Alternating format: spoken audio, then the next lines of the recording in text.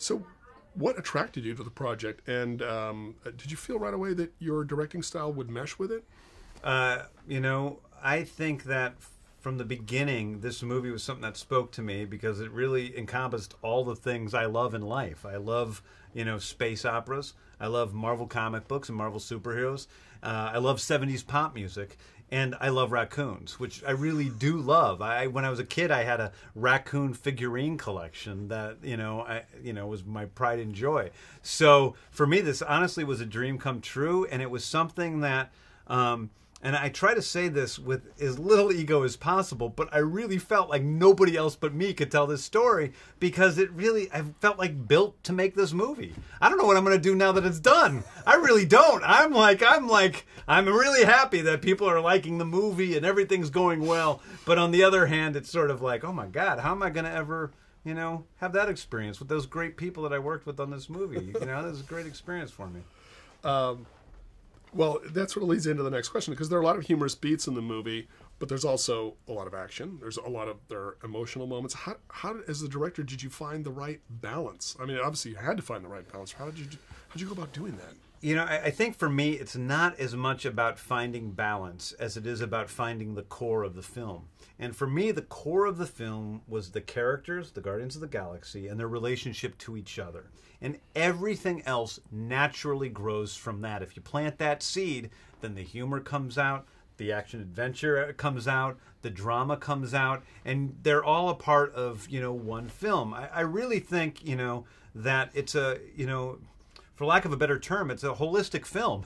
It's a film that, is able to encompass all sorts of different aspects of life in one sort of spectacle movie. And I think if there's anything that's rare about Guardians of the Galaxy, it's the fact that it does, it's done with real heart by people who really loved what they were doing, and yet it's this giant spectacle film.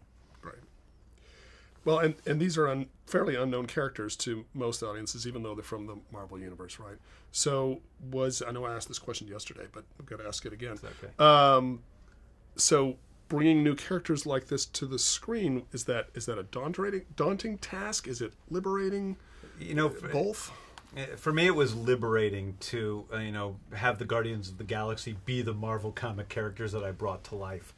For a few reasons. Number one is because they aren't as well known, and less because they aren't as well known, and more because there aren't as many comic book storylines with the Guardians, that there are less expectations on the part of the audience for what their story should be. And it gave me a fuller, I don't want to say control, but a fuller ability to just tell whatever story I thought was best. So I felt very freed up by the fact that they weren't well-known characters. The music, obviously, extremely important to the story. Speak to how important, if you will, the music is to the story, and how you were instrumental in choosing the music, and how you were involved in choosing what music ended up in the movie. For me, the real core, the emotional core of this movie is the cassette tape that Peter Quill has that his mother gave him. It's his only attachment to Earth. It's his only attachment to the past he lost. It's the only attachment to his mother that he lost. So right away, that's a very important object. The songs on that tape were all songs that were written into the script that have stayed consistent from my first draft through the release of the film. Because each of those songs is a story that is basically sung to Peter Quill by his mother about, him. And that is the emotional spine of the story, and it's what keeps everything together. The music is also very important because we have a movie with outlandish characters and, very strange worlds. And by giving them, the people something as, simple and as comforting as a 1970s pop song that we're familiar with, it helps to ease us into that strange place, while at the same time being a very novel experience to be listening to music while we're looking at somebody dancing through a dark temple of demons. Right. So looking back on it, what was the biggest challenge that you had in making Guardians of the Galaxy?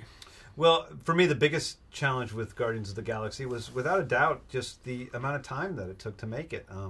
I started 2 years ago, almost exactly 2 years ago today.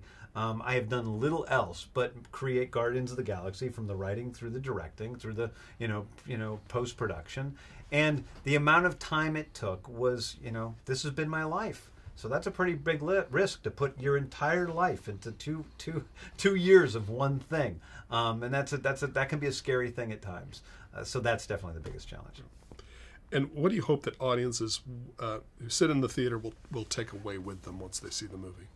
When I was a kid, I loved Raiders of the Lost Ark and Star Wars and Back to the Future. And when I set out to make Guardians of the Galaxy, I didn't set out to make a movie that would be like those movies. But I set out to make a movie that would make people, whether children or adults, feel like those movies made me feel as a kid. That would tune me into that magical wonder of the universe that we all feel is there, but usually don't experience. That will make us love the person sitting in that seat next to us more than when we walk out of the theater than we did before we walked into it. And that'll make us love movies and love raccoons more than we ever have before. I can't wait for my kids to see the movie. So was your first experience working for Marvel everything you hoped it would be? My first experience working for Marvel was more than everything I hoped it would be. I think within Kevin Feige and Lou and Victoria and all the folks over there, I found the most wonderful collaborators I could ever have. Kevin in particular is a guy who is very much like me and very, very different from me personality-wise. And because of that, but at the same time, we approach the work in the same way, because we may get in arguments about where the movie should go, but it's never personal. It's never about ego. It's never about which one of us is right. It's always about making this movie the fullest experience for the audience it can possibly be. And that is honestly where we're always coming from. So there's never any real conflict. The conflicts that happen always work themselves out in the end by us just taking a few steps to find out what works best.